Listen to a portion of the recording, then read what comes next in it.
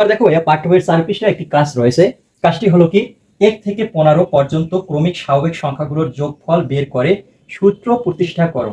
মানে আগে আমরা যোগফলটা নির্ণয় করব এবং কোন সূত্র এখান থেকে মানে হবে সেই সূত্রটা কি করব প্রতিষ্ঠা করব।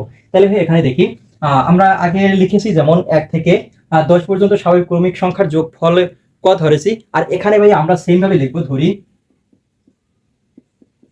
1 থেকে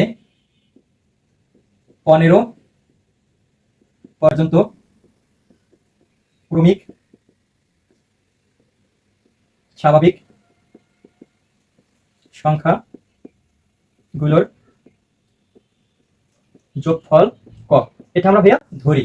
এখন আমাদের কি এখান থেকে আমরা প্রথমে কি স্বাভাবিক মানে 15 সংখ্যা মানে 15টি সংখ্যা আগে বের করি। তাহলে 1 থেকে 15 ক্রমিক সংখ্যাটি হলো কি, যেমন 1 2 3 4 5 6 7 8 9 10 11 12 13 14 15। তাহলে ভাই এটা হলো কি 1 থেকে 15 পর্যন্ত স্বাভাবিক ক্রমিক সংখ্যা। এখন এখান থেকে আমরা কোন সূত্র ভাইয়া ক সূত্র ধরে আমরা করব।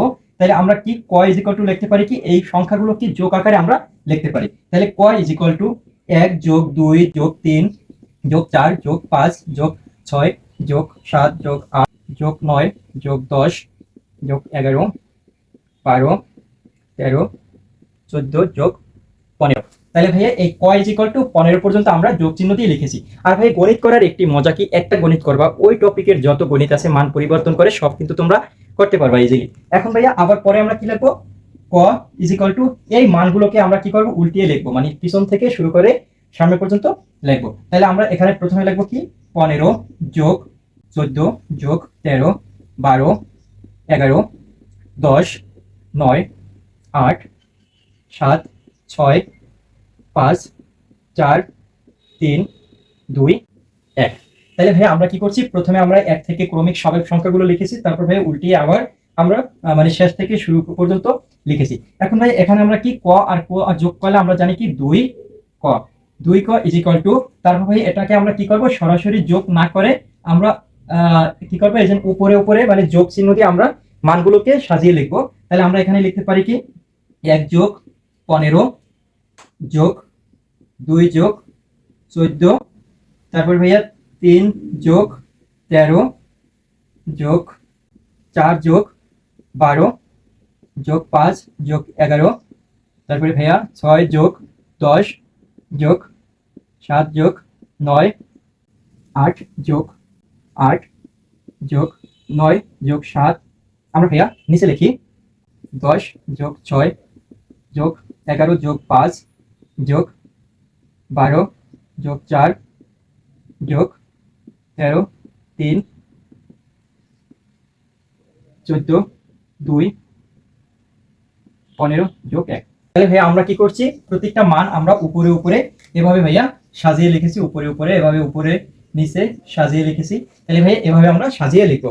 এখন এখান থেকে আমরা যে কোনো একটা মান যদি নেই, দেখো 15 এক যোগ করলে 16 হয়, 14 আর 2 যোগ করলে 16 হয়, 13 আর 3 যোগ করলে 16 হয়, 12 আর 4 যোগ করলে 16 হয়, 11 আর 5 যোগ করলে 16 হয়, 10 আর 6 যোগ করলে 16 হয়, 9 7 যোগ করলে 16 হয়।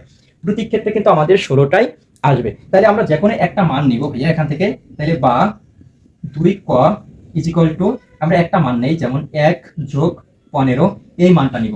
আর ভাই এখানে গুণ আকারে আমরা কি পদ সংখ্যা মানে এখানে যেই কয়টা মান থাকবে ওই কয়টা মান আমরা সংখ্যাটা নিব। তাহলে ভাইয়া প্রথমে আমরা যে সলভটা করেছি সেখানে আমাদের কি মান ছিল আমাদের 10টা, তাই আমরা 10 নিয়েছি, কিন্তু এখানে আমাদের কিন্তু মান আছে 15টি, 1 থেকে 15 পর্যন্ত 15টি মান আছে। তাহলে আমরা এখানে নিব কি 15। এখন ভাইয়া এখান থেকে আমরা লিখতে পারি বা কয়টা এপাশে রেখে 2টা এপাশে নিয়ে যাব। তাহলে আমাদের দেখো 15 আর 1 যদি যোগ করি আমাদের হয় 16 গুণ 15, তারপরে ভাই নিচে 2, তারপরে দেখো আমরা সামনে করি, এখান থেকে আমরা লিখতে পারি 16 আর 15 যদি গুণ করি আমাদের হয় 240 ভাগ 2। এখান থেকে আমাদের যদি ইজিক্যাল টু করি আমাদের হয় 120। এটাই ভাইয়া আমাদের অ্যান্সার। এখন বলছে কি ভাইয়া এখান থেকে সূত্র প্রতিষ্ঠা করো। তাহলে ভাই এখান থেকে আমরা যদি এই লাইনটাকে আমরা যদি সূত্রে রূপান্তর করতে পারি, দেখো এই লাইনটাকে আমরা সূত্রে নিতে পারি। সূত্র কি ভাইয়া, প্রথম সংখ্যা যোগ শেষ সংখ্যা ভাই 2 ইন্টু কি পদ সংখ্যা। এখন দেখো এখানে দেখো এই সংখ্যাটি আমরা পেয়েছি 1 ভাইয়া, তাহলে প্রথম সংখ্যা যদি এখানে আমরা একটা বসাইছি, আর কি ভাইয়া শেষ সংখ্যা পেয়েছি 15, এই শেষ সংখ্যা 15, আর এই যে যোগ চিহ্ন দিয়েছি, আর পদ সংখ্যা কত এই 15, এই পদ সংখ্যা 15, তারপর দ্বিতীয় লাইন এই যে দুইটা ভাইয়া এই নিচে দুইটা দিয়ে দিছি। তাহলে ভাই আমাদের কিন্তু এই রেজাল্টটা কিন্তু আমাদের হয়ে যায়, মানে সূত্র প্রতিষ্ঠা করা হয়ে যায়। আশা করি ভাই বুঝতে পেরেছো। তারপরে যদি বুঝতে অসুবিধা হয় অবশ্যই আমাকে কমেন্ট করবে, আরো ক্লিয়ার ভাবে বুঝিয়ে দেবো।